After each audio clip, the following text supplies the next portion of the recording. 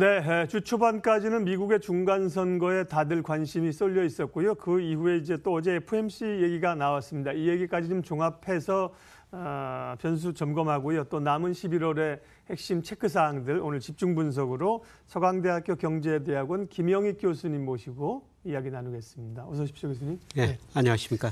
일단 미국 중간 선거는 예상했던 결과들이 나왔는데요. 이후에 글로벌 금융시장의 반응들 평가부터 좀 해주시면 좋겠습니다. 예상 결과라고 생각하면서 더 불확실성해서 일단 미국 네. 주가는 한 2% 올랐었죠. 예. 우리 주가도 어제 0.7% 정도 올랐는데요. 미국 주가보다 상대적으로 오름폭이 좀 둔화됐습니다만은, 그거는 우리가 올해 그 중국 때문에 상대적으로 더 부정적인 영향을 받는 것 같습니다. 어제 그 중국 상하이 종합주가 지수가 떨어졌지 않습니까? 네.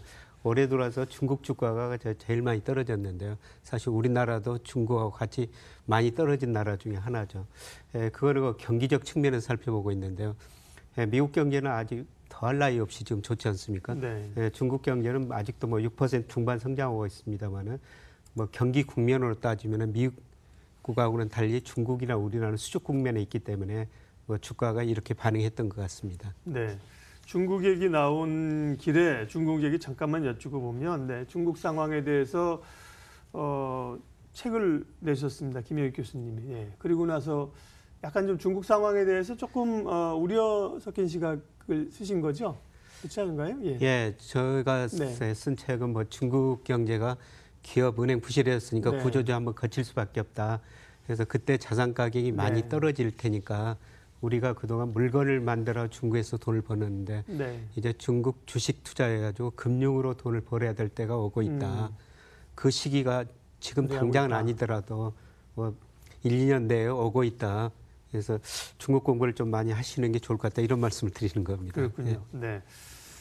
자, 일단 그 중간 선거 이후에 금융시장 반응들 봤고요. 우리가 못 간 이유는 이제 중국하고 좀 연동되어 있기 때문이다. 그렇게 말씀하셨습니다.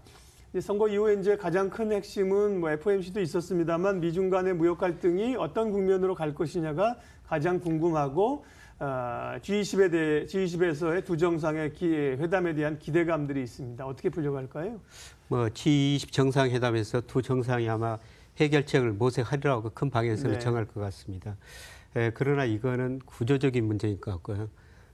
우선 그 대중 무역 적자 미국에 이거 줄어들지 않거든요. 올 9월까지 데이터가 발표됐는데 3,014억 달러로 작년 9월까지 2,741억 달러보다 오히려 늘어났거든요. 관세 등 그 무역 장벽을 세우면서 미국의 대중 무역 수입을 규제하고 있으면 오히려 무역 적자가 늘어나는 거는 미국 사람들이 아직도 소비를 너무 많이 하고 있기 때문입니다. 소비가 줄어드는 무역 적자는 해소될 수 없는 것 같고요. 그리고 미중 무역 전쟁은 결국 장기적으로 보면은 패권 전쟁이라고 볼 수가 있습니다. 그래서 심한 경우 무역 전쟁에서 금융 전쟁, 무역 전쟁도 갈 수 있다 이런 시나리오까지 제시가 되는데요. 그만큼 패권 전쟁이라는 겁니다. 그래서 아마 두 정상이 해결책을 큰 방향에서 모색하리라고 생각합니다만은 근본적인 해결책은 안 나올 것 같습니다. 그래서 미국 무역 전쟁은 저는 심한 경우에 금융전쟁까지 갈 수 있다. 장기적으로는 그렇게 대비하시는 게 좋을 것 같습니다. 단기적으로는 좀 소강 상태 들어가거나 화해점을 찾는 것 같더라도 그게 해결이 아니다. 예, 그렇습니다. 결국은 이제 또 다른 확산이 나올 수 있다는 얘기는 굉장히 좀 부담스러운데요. 금융시장 층에서. 저는 이번 무역전쟁의 끝은 그 중국의 자본시장 개방이라고 생각하고 있고요. 그러면서 중국이 이제 구조조정하고 중국 경제가 내수 중심으로 성장하리라고 보고 있습니다. 그래서 이번 무역전쟁을 겪으면서 중국이 큰 진통을 겪으리라고 생각하는데 그젠가요?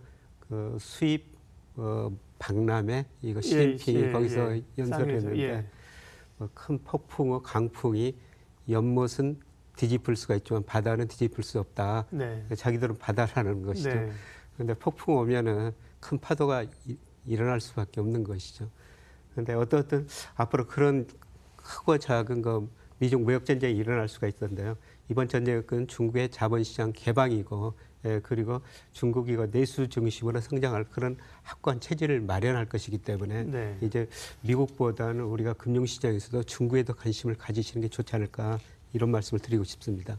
아유, 산 넘어 산이네요. 뭐 정말 단기적인 문제가 아닙니다. 결국은 이제 미국이 표면적으로는 뭐 관세 얘기하고 무역 얘기하지만 사실 그거는 표면적인 거고 뒤로는 뭐 서비스 시장 개방, 조금 더 이제 본격적으로는 금융 시장을 개방하려는 거지 않습니까? 그렇죠. 그게 이제 개도국 신흥국들의 다 우리 시장을 포함해서 수순이고, 그러려면 뭐 진통과 위기와 또 이런 것들이 꽤 있어 보여서 단기간에 해결 문제가 아니네요, 정말.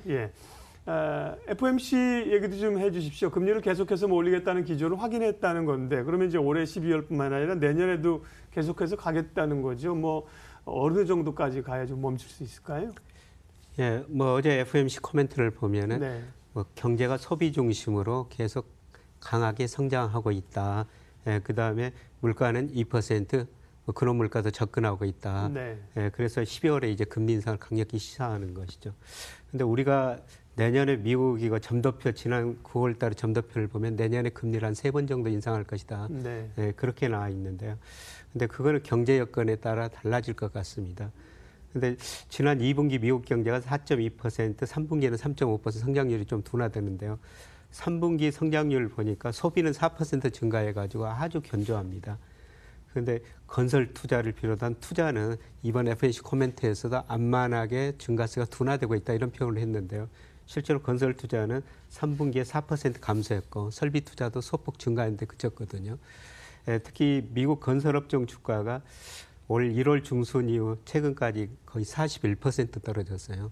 건설업종 주가가 이렇게 떨어진다는 것은 건설 경기가 위축된다는 거죠. 실제로 주택 관련 매매, 뭐 기존 주택 매매, 신규 주택 매매 이런 게 떨어지고 주택 가격도 지금 하락 조짐을 보이고 있습니다.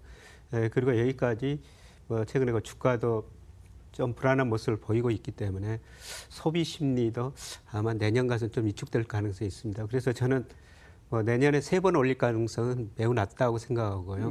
뭐 상반기에 많이 올려봤자 한두 차례 거기에 그치고 내년 하반기에는 미국 경제가 저는 침체에 빠질 수 있다. 그래서 내년 하반기에는 오히려 금융을 안 해야 된다. 이렇게 전망하고 있습니다. 네. 그러게요. 지금 2에서 2.5% 정도 기준금리에서 올해 12월에 한 번 올리고 자기들의 계획대로라면 내년에 3번 정도 올린다고 하면 대략 단기금리가 3% 초반. 그러면 이제 장기금리 그거보다 좀 높겠죠. 3% 한 중반 정도 갈 수 있는 텐데 그렇게까지 갈 수 있느냐 미국 경기 상황이 그렇게 어렵다는 말씀을 하시는 거고요. 어쨌거나 미국의 연준 FOMC는 투자자 입장에서는 조금 믿기도 하지만 금리 상승 속도가 빨라서 자기네 정책 기조를 가져간다는 점에서는 굉장히 내릴 때 쭉 내리고 올릴 때 올리고 이제 뚝심이 있다고 저는 보는데요. 사실 이제 우리 한은 같은 경우는 뭐 계속 우물쭈물하다가 제가 이제 전문가 교수님 포함해서 전문가들에게 금리 올려야 됩니까? 이렇게 여쭤보면 늦었죠? 이렇게 말씀하시는 분들이 많거든요.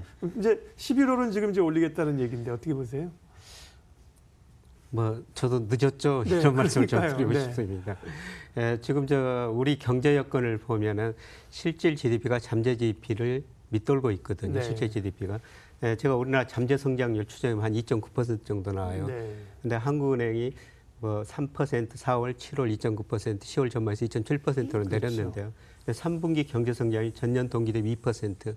아마 올해 2.7% 성장도 어려울 것 같습니다. 우리 경제가 현재 능력 이하로 성장하고 있다. 그다음에 물가 안정 목표를 내세우고 있는데요. 물론 지난 10월 물가가 소비자 물가가 전년 동기 2% 올랐어요. 그런데 뭐 1월부터 10월까지 평균하면 1.5%고 또 통화 정책할 때는 근원 물가가 더 중요하거든요. 소비자 물가에서 변동성이 심한 뭐 에너지나 농산물 이런 거 제한 거죠. 이런 거는 1.2%로 상당히 안정적이고요. 저는 지금도 우리 경제에 뭐 초과 공급이 존재하기 때문에 내년도 물가가 2% 이상 오르기는 굉장히 힘들이라 보고 있습니다. 그리고 가장 중요한 것은 우리 경기가 수축 경련에 접어들었다는 거죠. 통계청에서 경기 기준 순환이라고 경기 정점 저점을 발표하는데 2013년 3월이 경기 저점이었다. 그 이후로 경기를 지금 판단 못하고 있습니다.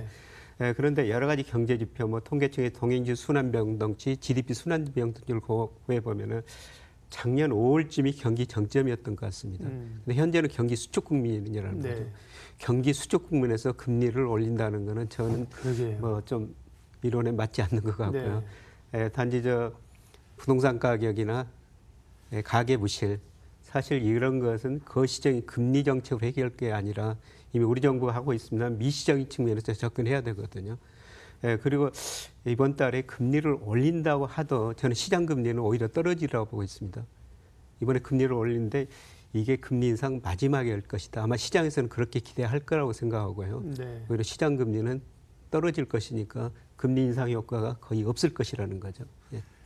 말씀하신 것처럼 우리 경기가 이제 하강 국면에 침체 국면에 접어들었느냐 이런 질문에 대해서 이미 지났다는 겁니다. 그것도 이제 경기가 확장세다 수축세다는 것은 이제 결정짓는 게 이제 상당 기간 지나고 나서 그거를 이제 그때 그랬다는 거를 이제 네, 확인을 그렇습니다. 하거든요. 그래서 사실은 이미 좀 하강 국면에 진입했다는 말씀이고, 그럼 이렇게 하강 국면에 진입했다고 하면 결국은 이제 주가는 경기와 기업 실적의 그림자라고 하면 그렇게 좀 이 적극적으로 투자를 하기는 좀 어려운 환경이네요. 당분간은요. 예, 그렇습니다. 네. 예, 지금 이제 세계적으로 논의되는 게 2009년 하반기에 전 세계 경제가 회복됐지 않습니까? 미국 경제를 네. 중심으로. 예, 그런데 최근에 중국 경제 위축되고 유럽 경제 위축된 조짐이 나타나고요. 물론 우리 경제는 앞서 말씀드린 대로 지금 수축 국면에 접어들었고 나머지 하나가 미국 경제거든요. 예, 저는 미국 경제도 조만간 경기 정점에 도달이라고 보고 있습니다. 네. 그래서 미국 주가가 뭐 지난 1월 달에 한번 급락했다가 또 금방 회복했죠. 예. 그다음에 지난 10월에 또 급락했다가 급락했다가 또 좀 살아나는 모양. 예, 살아나는 모양인데요. 이번 뭐 전고점 뭐 돌파할 수 있더라고 생각합니다. 근데 세 번째 하락 국면이 뭐 오게 내년 되면. 뭐 1, 4분기 이내 나타나리라고 보고 있거든요. 네. 그게 마지막 경기 확장을 끝내는 그런 주가 신호라고 보고 있습니다. 네. 그래서 과거 보면은 뭐 경기가 분명히 주가에 선행했고요. 그다음에 경기 정점을 치고 미국 S&P 500 기준으로 평균 11개월에 걸쳐 가지고 미국 주가가 S&P 500이 23% 떨어졌거든요. 네. 특히 2007년 1월에 경기 정점이었습니다만은 그 이후로 미국 주가가 49%나 떨어졌어요. 저는 미국 주가가 지금 여러 가지 경제 변수에 대해서는 가대평가됐다고 생각합니다. 그래서 아마 이번 경기 정점 전에 주가가 미리서 뭐 세 번째 급락하면서 반응하리라고 생각됩니다만 이번에 떨어지면은 완전히 하락 국면이다. 경기 수축 국면을 예고하는 하락 국면이다. 그래서 올해는 그 중국 주가가 제일 많이 떨어졌습니다만은 내년에는 뭐 중국 주가도 별로 좋아 보이진 않습니다만은 미국 주식시장이 더 어려움을 겪지 않을까 이런 생각을 해봅니다. 네.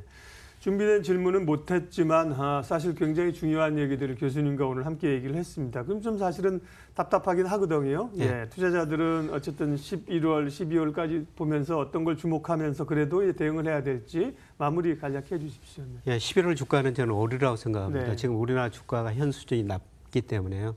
11월 달에는 오르라고 보고 있습니다. 근데 이거는 추세적인 상승은 아니고 하락 추세에서 일시적인 상승일 것이다. 이렇게 보고 있고요. 그래서 뭐 주가가 오르든지 내리든지 다양한 금융 상품이 있습니다. 뭐 ETF도 있고 뭐 다른 채권도 있고 그다음에 저는 달러 가치가 장기적으로는 약세라고 보고 있습니다.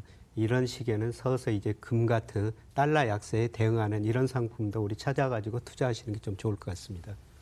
네, 오늘 집중 분석, 미국 중간선거 이후의 단기적인 흐름들을 봤지만 어떻게 보면 그보다 더 큰 흐름의 어떤 중국, 미국 세계 경기 흐름들, 그에 따른 대응 전략을 좀 세워봤다고 하는 게 좋겠습니다. 서강대학교 경제대학원 김영익 교수님 함께해 주셨습니다. 고맙습니다. 네, 고맙습니다.